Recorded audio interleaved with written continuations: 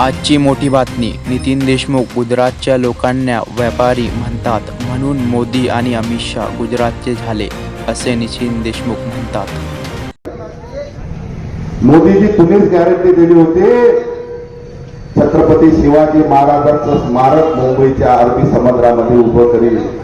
आपण 2016ला छत्रपती शिवाजी महाराजांचं भूमिपूजन स्वतः पंतप्रधान आपण असताना आपण केलं.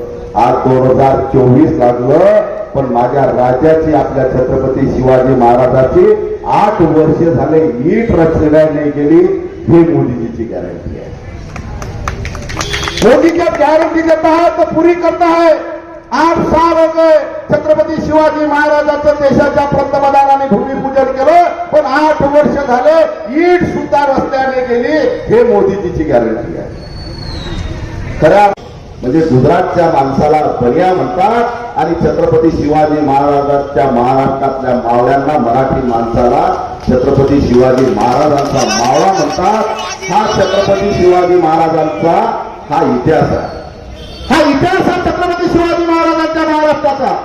एखादा मराठी माणूस जर परराज्यात गेला तर त्याला छत्रपती शिवाजी महाराजांचा मावळा म्हणतील, आणि एखादा गुजरातचा माणूस जर गेला तर गुजरातचा बनिया म्हणतील. आणि ह्या 2 गुजरातच्या बनियाला बनवा बनवी लावली. तुम्हा आपल्याला बनवा बनवी लावली, मोदीजीला आणि अमित शहाला बनवा बनवी लावली.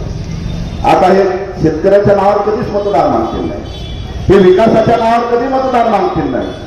हे धर्माच्या नावावर, हिंदुत्वाच्या नावावर आणि प्रभू रामचंद्राच्या नावावर मतदान मागतील. प्रभू रामचंद्र आमचंही आराध्य दैवत आहे. त्या महाराष्ट्रात नाही तर संपूर्ण देशातला प्रत्येक व्यक्ती प्रभू रामचंद्राला आदर्श मानतो.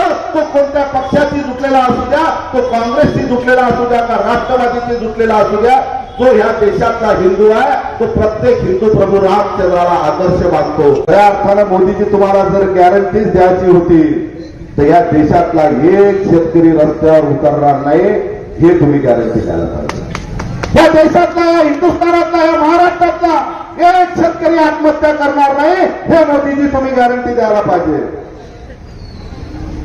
2000 म्हणून तुम्ही आपण सर्वांनी 2014ला मोदीजींना मतदान केलं आणि मोदीजीने स्वप्नही आपल्याला तसे दाखवले. सुरुवातीला एक टीव्हीवर चॅनल होतं, मुंगीलाल के हसीन सपने. तसे मोदीजीचे हसीन सपने मोदीजीने असे आपल्याला स्वप्न दाखवले.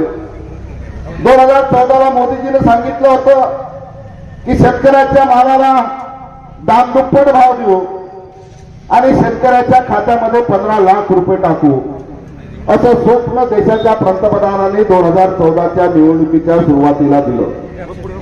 निवडणूक झाली, मोदीजी देशाचे पंतप्रधान झाले. या देशातल्या, महाराष्ट्रातल्या प्रत्येक शेतकऱ्याला वाटलं की या देशाच्या पंतप्रधानांनी एक आम्हाला आश्वासन दिलं, शब्द दिला, गॅरंटी दिली की प्रत्येक शेतकऱ्याच्या खात्यामध्ये आम्ही 15 लाख रुपये टाकू, असं स्वप्न देशाच्या पंतप्रधानांनी दाखवलं. आणि मोदीजी देशाच्या पंतप्रधानपदी विराजमान झाले. आता माझ्या खात्यामध्ये 15 लाख रुपये येतील, असं प्रत्येक शेतकरी या महाराष्ट्रातला, ह्या देशातला स्वप्न पाहायला लागला की माझ्या खात्यामध्ये 15 लाख रुपये आल्यावर मी माझ्या मुलीचं लग्न मोठं थाटाकाटात वाजा गाजात करेल, असं प्रत्येक शेतकरी स्वप्न पाहायला लागला. आणि नंतर देशात एका पत्रकाराने भारतीय जनता पार्टीचे राष्ट्रीय अध्यक्ष अमित शाह यांची पत्रकार परिषद घेतली आणि त्याच्यामध्ये एका पत्रकाराने प्रश्न विचारला, अमित शाह जी, आपण शेतकऱ्याच्या खात्यामध्ये 15 लाख रुपये टाकणार होते, इसका क्या हो गया? आप किसान के खाते में 15 लाख रुपए डाल रहे थे, उसका क्या हो गया? तो अमित शाह ने उत्तर दिलं होतं, वो चुनावी जुमला था. म्हणजे आपल्या शेतकऱ्याच्या भावनाशी हात घालायचा. आणि एक घर ऐसा नहीं होगा कि जिसका पक्का घर नहीं होगा. नंतर सांगायची पद्धत पाठायची कशी, विटनेस सारखे करतात आपल्याला.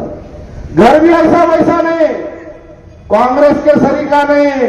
मोदी जब घर देता है तो पक्का देता है, पक्का घर, पक्की छत, घर में नल, नल में जल, एलईडी लाईट, शौचालय, उजला कनेक्शन. केवढ्यात? खेड्यात 1,10,000, शहरात 2 लाख. आणि याचा सूडबूड 5 लाख. कशा पद्धतीने लावली